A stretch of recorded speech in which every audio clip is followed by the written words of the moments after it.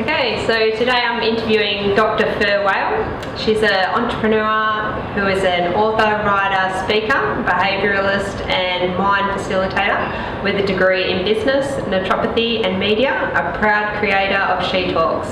Fur has a lifelong background dedicated to public speaking, women's empowerment, group facilitation, leadership, mentoring, behavioural science and sports psychology.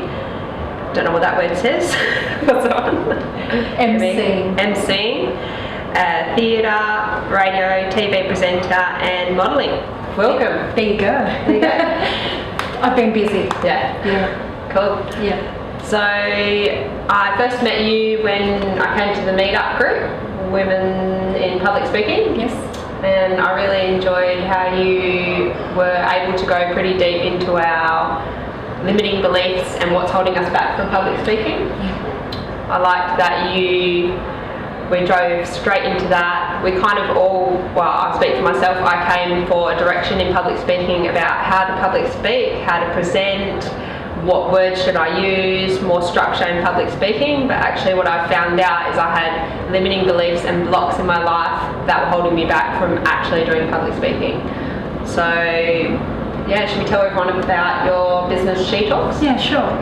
So SHETalks is a customised public speaking platform for women, specifically for women, and it's led by me, so for women, by women, and it's based in all the good stuff which you mentioned, which is the neuroscience, behavioural science, sports psychology, which is really important. It's really about elite mastery. So not just self-mastery, there is a thing called elite mastery, because when people are in self-mastery, it's like they're the student, but when we get into elite mastery, that's where we start to lead by default. That's when we become like the wise elder. So rather than grinding through the steps, oh, I've got another step to do, tick, we're actually looking beyond where we are. Nice. Yeah. Like that. Yeah. And what made you create SHETalks in particular? So my big passion about SHETalks was witnessing all the women around me who, no matter what workshop they were doing, they would still step back. They would, you could hear the limiting beliefs. You could hear them saying, as a woman, you know, who am I to shine? Who am I to speak up? Oh, but I should let them have some space. That means I have to diminish my space. And I knew there was a better way. That's awesome. Yeah. I really like that a lot of people can come to the workshop and be vulnerable and be themselves and actually feel like we're not the only one that's feeling, okay, I'm not good enough, or I'm not sure something's holding me back, and that everyone can be vulnerable and be themselves. That's why I feel really comfortable with that. Yeah. Otherwise, then you're just stuck holding it in and not showing it to the world, and nothing happens. You go home with it. That's a waste to me. I wouldn't want to run a workshop like that. It's really awesome that you've created that. Yeah. And how did SHETalks come about? You touched on that a bit, but what really made you go, so you've noticed all these women, they're holding themselves back, and then what made you go, I really have to step into my power now and do something about this? Yeah, so actually I used to be with the Entrepreneurs Alliance, so I had a mentor, which I really greatly believe in, and one day he said, Fur, great ideas, I don't doubt that you're going to do something wonderful, but you need to pick one thing. And I said, okay, pass me a piece of paper. And he goes, oh, you know what you want to do? And I said, nope, I'm about to. Pass me the piece of paper, pass me the pen. I wrote down something, I slid it back to him, and I said, what did I write? And I said, public speaking workshops for women. No word of a lie. That was it. And so I just straight away, I went and started workshops. And what I did was, and that was last year, and people like Vicky and Sasha and Julie, they all came along, which is great because I vaguely knew them, so I could get some really honest, authentic feedback, and then I was really able to write down tools and strategies that people really needed. And so now this year I'm fully launched as of August the 30th. Awesome. Yeah. And when you were creating that business, did you have any blockages that held you back? Did I have any? Not until I stepped into the workshop, and then a little ways through, I realised that part of me was like, "Oh, I got this headache, and I'm not really feeling 100%. Maybe I can't give what I need to give." And I kind of had a little laugh at myself because I know that's ridiculous. So I do focus wheels, and so we did a focus wheel, and that was one of the things that I will sometimes need to work on days where I feel a little less connected or a little less energetic or maybe a bit tired. I feel I'm doing a disservice to those in my group, which I'm not, because I've got a lot to give anyway, but it's just I want to be exceptional, because that's what everyone deserves. And do you think when that little bit of doubt, self-doubt, and that comes up, do you think that stems back from the little stories that we make up in our head? Yes, it does, very much so. I think I already dealt with who am I to be an expert, because I do a lot of writing and I do a lot of public speaking, so I already dealt with that, but it's definitely linked to it. And it's this whole, who am I to stand up here and say I'm an expert when there's people with more credentials who are better known than me. But the point is, if we have the goods, we have them, and we need to step into that and own it. And for a lot of people that are coming to the public speaking group, do you find they are struggling with accepting that they are an expert? Yeah, most everyone is. So the general thing is, there's someone in their life that has said something to them, and they've made the decision that I shouldn't speak up, I'm not interesting, you might laugh at me. One of those. And definitely comes back to comparison, like with social media now, and looking at, you might get caught up in, oh, how many followers has that person, how much do they have, oh, that must mean they're an expert, and comparing ourselves continuously. I think where you set apart is that you're getting girls or women to step into their authentic self, and when you're in your purpose and your authenticity, you're unstoppable, really. You are actually unstoppable, in the sense of, it's not that all of a sudden everything that has been limiting you drops away automatically.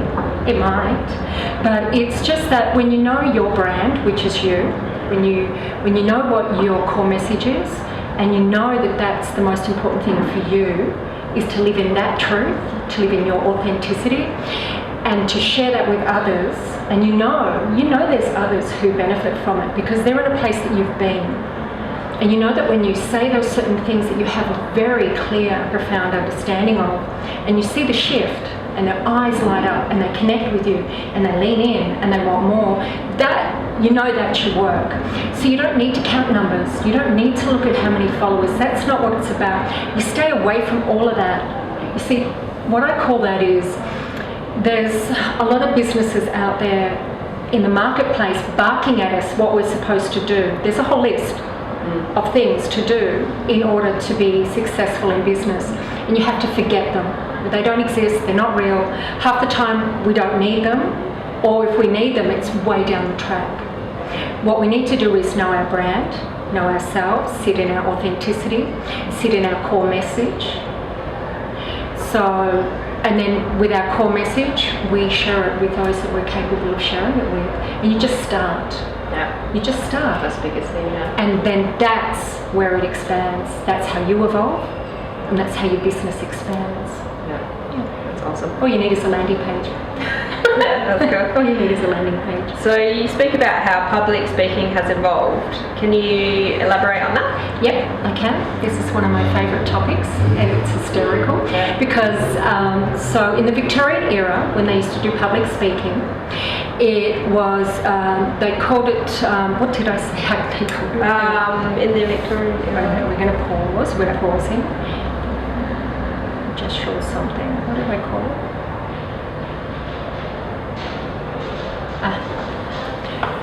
So one of my favourite things to talk about, and it's quite funny really, because in the Victorian period when they used to do public speaking, it was at a time when there was a lot of acting and a lot of theatre, and so they adopted similar kind of stances, gestures, tonality, personality. So if they were telling the audience a story, they would demonstrate with their arms, kind of like a mime. So they'd throw their arms back and raise your eyes and, you know, like trying to get the message across. And it must have looked hilarious, right? Like I kind of got like a clown or a mime on the stage. But here's the thing, those gestures, a certain bias towards a select number of those gestures are still being taught to speakers today, still in the repertoire. So being taught that, so if I'm talking about being in Australia and I'm standing here, when I talk about moving to England, I move to this spot. And if I want to let the audience in on a secret, I need to lean in and lower my voice. You know, and this means small and this means big, and it's really cookie cutter. So that's actually still from the Victorian era. It was in the late 19th century that public speaking really became popular and everyone wanted to become a public speaker, but still it was the same kind of gesturals that people were being taught, and so it was this mass cookie cutter style of training, sending speakers out who took the stage in exactly the same way, whether it was corporate, professional or otherwise. Now in the 20th century, you've heard people say we need to be more conversational, and that's thanks to TED. TED's great, I love TED, but we still have the same kind of gestures. So in TED they'll come out and they'll go, hi, I'm here to tell you about, and they all do it, right? We get the same gestures. Now what's happening right now in 2018 is it's still evolving, but where we're going, because audiences they want to see the real person and they want us to share our real stories. And the reason being is because they're discerning now. They've been coerced and manipulated into buying a message or buying a product for so long. Our audience doesn't want it anymore. So they want us to be authentic and they want our real stories. But that means our gestures, not some gesture that someone told us means this. Our audience aren't stupid. They know what we mean when we have our own gestures. That's really cool. Makes sense? Yeah. And I think that really helped me in telling my story. So using more gestures and being more vulnerable and really creating the emotion where people can meet you and connect with your story. So reconnecting with the emotion. Yeah, they're connecting with the truth of who you are. Yeah. And even if you're feeling nervous, but if you just continue anyway and people see it, they can't help but admire you for it. Wow, I wish I could do that. Real life. Right? Real life. With real life. Yeah, no more bullshit, manipulating, no more fake. Yeah. So as an inspirational speaker, what are the topics you believe are important to speak about? Okay, so no surprise would be authenticity, our authenticity, and the self-mastery that allows us to go on and step into that authentic state.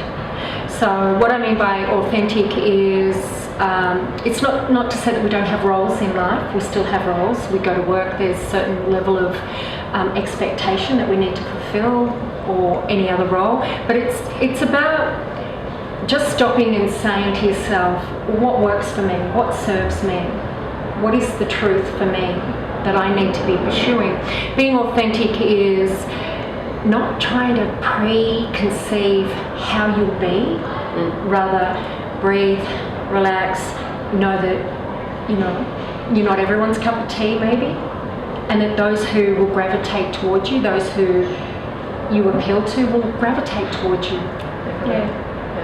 It's definitely key to be yourself, and sometimes you're going to upset people, but that's not your target audience. And I think when you get authentic in your business, people always say, especially in the health and fitness industry, what's going to be your niche, and a lot of people get stuck there. But I think if you truly just be yourself and then you speak in your authenticity, you'll get your target market coming. You actually do. You actually really do, because your message is loud and clear. Your core message is loud and clear. What you believe in and what you stand for is clear, and they'll come to you. And in fact, that's a loyal following. Yeah. That's true networking. Yeah. Network marketing. That's the real deal. And like you were saying before, stepping away from the old cookie cutter business model, the new business model is actually empowering each other and building a community. It's a community. It's not trying to sell anyone anything. It's not. It's about hey, I've just come across that, I'm going to flick that over to that person. Yeah. And if they do it, they do it. If they don't, it doesn't matter. It's just we're all here, interconnected, and at times supporting each other, raising each other up. There's room for everyone. Yeah. We can all thrive. Yeah. That's awesome. Yeah. But just want to say, in regards to what you'll find with topics, there's two kind of topics. And there's the one for what you might call the seeker or the student, people in that phase. And then there's the topic for those who are out there teaching. So they're the kind of topics I like. So it's either about authenticity and self-mastery for those who are wanting to overcome blocks and resistances, or for those who are wanting to go out and share what they've got. Yeah, awesome. How did you first get into business, and do you have any key business tips for my listeners? Yeah, my first business was I was under the age of 10, and I was selling stuff from my cubby house. Yeah, nice. Yeah, it was really funny. Until one day a policeman came to visit me. Really? Yeah, and he said, I think that's your mother's milk and you should put it back. So that was my dad. Yeah. Yeah. But after that I was grabbing bits of furniture that would have been left out, and I was sanding it back, painting it, and gifting it or selling it. Yeah. So business, that's my creativity. Business is creativity for me. Yeah. Nice. Yeah. Business tip? Okay. So my business tip, like I was saying before, is there's a lot of businesses out there barking at us. Do this, do this, do this. You've got to do it in this order, and have you done that as well? And you need to sign up for this and have that software, and you actually don't. In fact, you can start really simple, and it's better if you do. All you need is to first know what your brand is. That includes you. So be seated in your brand and your authentic state. Know what your core message is. So for SHETalks, it's authentic and successful, because for me, there was a time where I wasn't sure if I could just be me and still be successful, because the world told me otherwise. So that's right at the core, and that's how I know what content to write, how to speak to someone, what workshops to run. So brand, authentic presence, core message, and then you need to get out and start doing things like becoming the expert and be credible.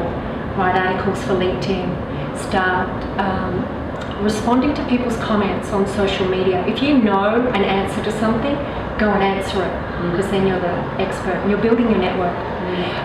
Take advantage of your day on Snapchat and Facebook, and then start a landing page, a sharp landing page with a contact at the bottom, and then write blogs and post them onto all your social media. Then what you need to do is start speaking, start doing workshops, just do small ones, wherever, whether it's just community groups or wherever. Run them, do them. It'll give you an opportunity to test your material and to get feedback and to build a network.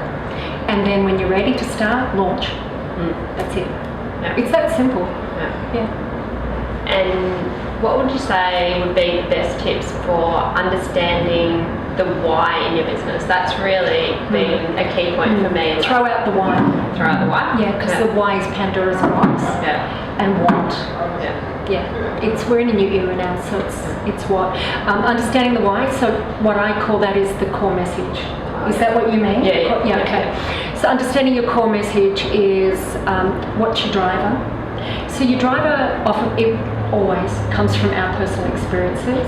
The thing that is your theory of change, that's your driver, that's your what. Okay. What specifically interests you the most about people and how the mind works? Oh, people, yes. Aren't we interesting creatures? We get ourselves into such a mess. The way we respond to a situation, we create a story, and then we add to that story, and it gets a little out of control, and then we carry that story around with us. And it directs our life. And for some people, for many people, they carry that story all life. So that's what interests me about people. What was the rest of the question? And how the mind works. Sure. So the mind, I realised actually when I was really young, I went through some post-traumatic stress, really traumatic experiences, and it gave me a beautiful opportunity to realise that we're in control of the mind's directive. That it doesn't just, if we just let other people's information in and we take that on board, then that's what's directing us.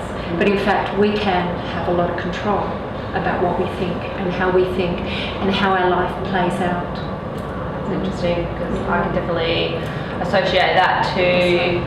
You're talking and I've taken this and I've just ruined the scene. No, go for it. Okay. Yeah, I can definitely relate to that with... That's what I wanted to say. Yeah, that's what I wanted to say. You do. Okay. Yeah.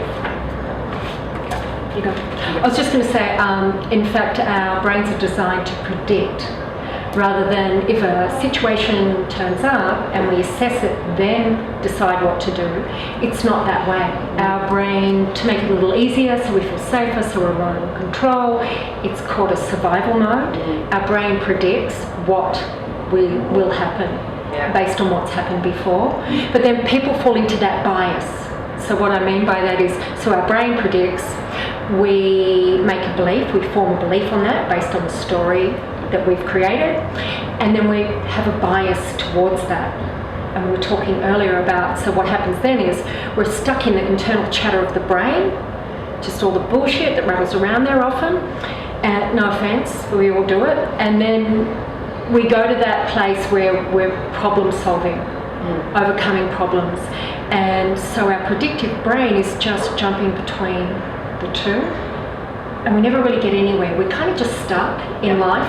We're hanging on to our problems and we're hanging on to our dreams and never really doing anything much. We sort of feel like we're moving, but we're not. Yeah. So we have control over the predictive brain. So we can decide how our brain will, rather than predicting, we can actually choose to not predict and assess. And the other thing is, with those biased beliefs, we can change them. We can actually throw them out.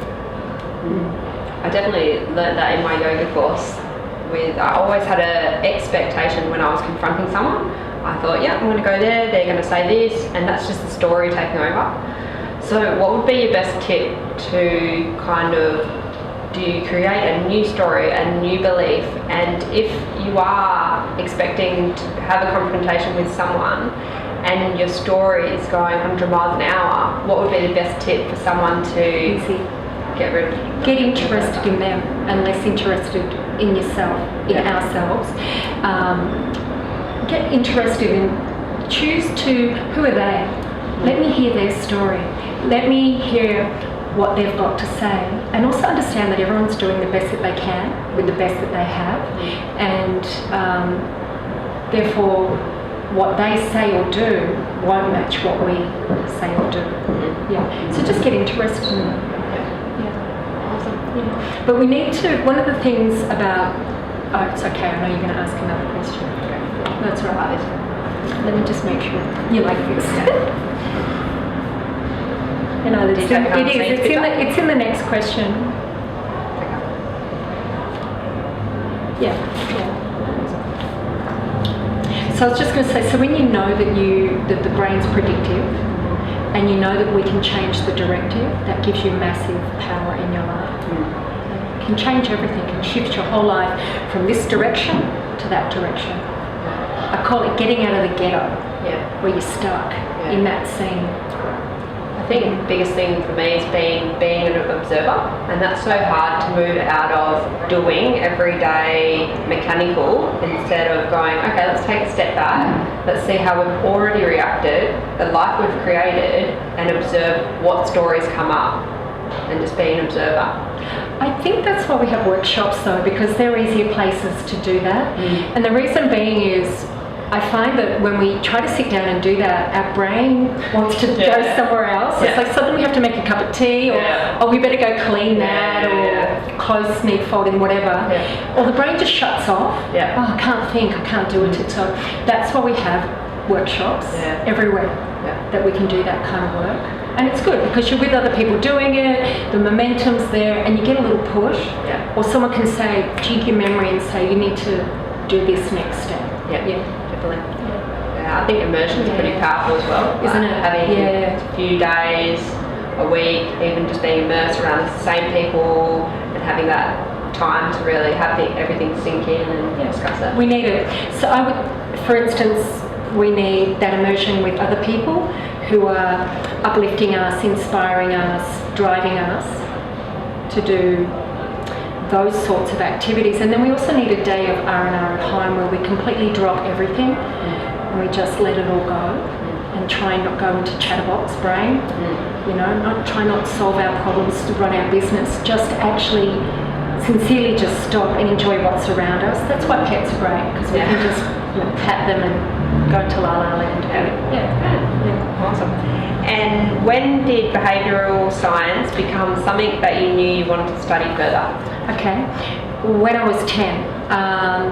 So when I was 10, we were at a barbecue and there were some new couples who arrived and we're all sitting in a circle, and I felt like I was watching a play because of the way that they were interplaying with each other. It was this whole vying for attention, and this kind of, they were putting each other down. It was like pretending not to know each other to put each other down. It was really strange, and I couldn't for the life of me, I couldn't work it out. And I remember even saying, "Why do you guys do that?" And they're like, "What?" And all the other grown-ups were like, "Shh, Fur, quiet. You can't do that. You can't do that thing, you know." But I went away because when I was watching, there was like rolling the eyes. There was some of this. There was like a, you know, the top lip curling up or a smirk. It fascinated me. So I went away, and I guess in the next 10 years, I read everything about how humans behave. So it was behavioural science, psychology, sociology, philosophy as well. And I actually learned about the 7 facial expressions that we all make that means the same thing. And even blind people do it. So it's not that we've learnt it through mirroring. We actually do these expressions. So happiness, right? Where our eyes squint, our mouth widens, and our cheeks ball up. Anger, you know, where our eyebrows flatten out. We sort of look like we're going to blow steam through our nose. Smirking is the good one. I don't even know I can do it because I'm smiling. Can you do a smirk? That's when your mouth goes to the side. It's just like, yeah, I did it. So smirk is contempt, or it's, I don't really believe you, or I'm not sure I'm buying into what you're saying. The contempt, which is, let's see if I can do it. Contempt. Right. Like your nose goes up and your top lip goes up. It's, I want nothing to do with you. You know, you're pissed off. It's like, no, I'm out of here. I'm never going to do anything, have anything to do with this again. So the couples were doing that. It's like, it's kind of like a fuck you. Excuse me. Sadness and grief, surprise. What's another one? So the 7 micro expressions that everyone does.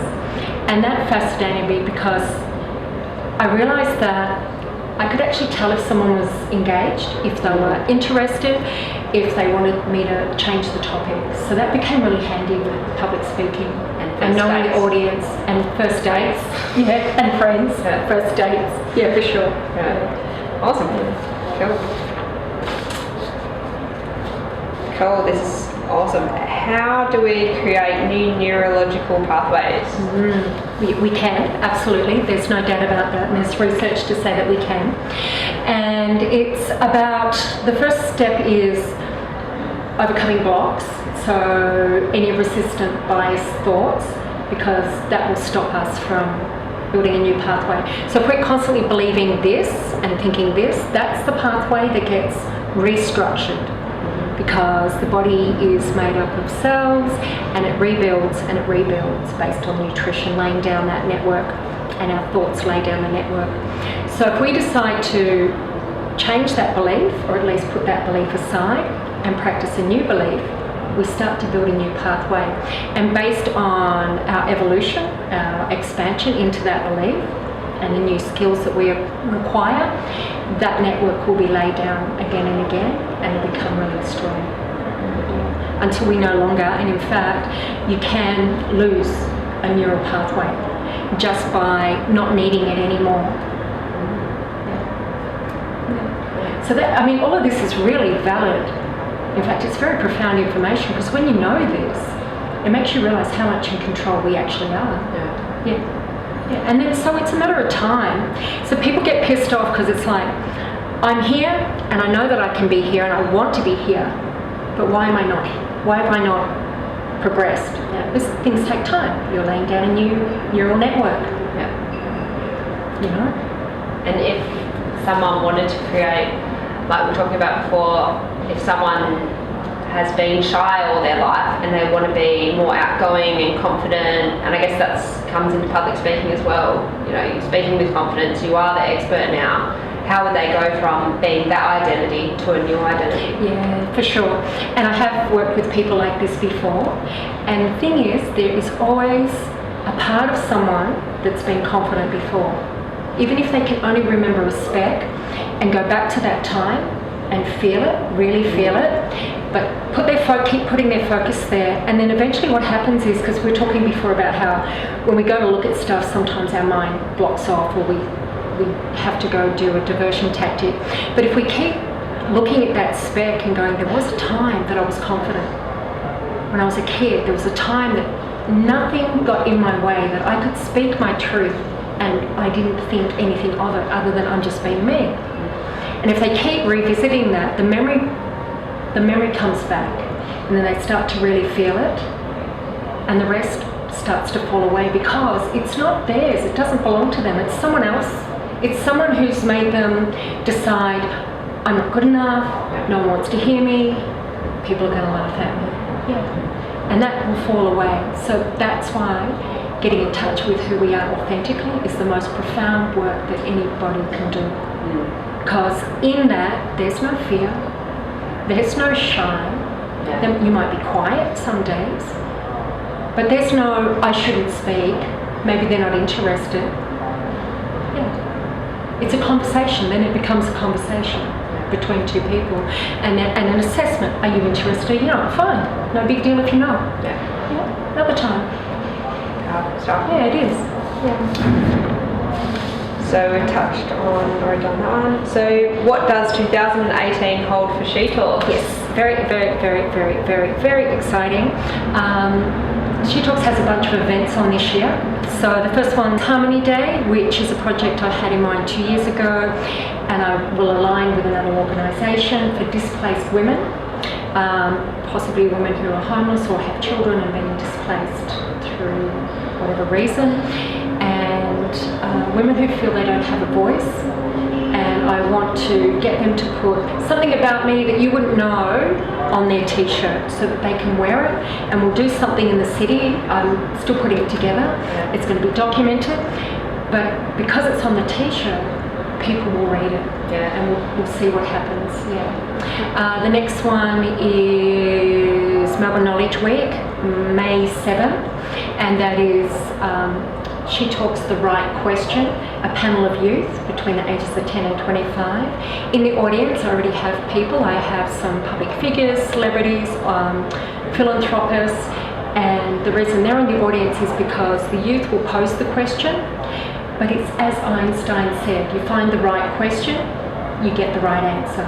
So he would spend most of his time on the question, then the answer would appear.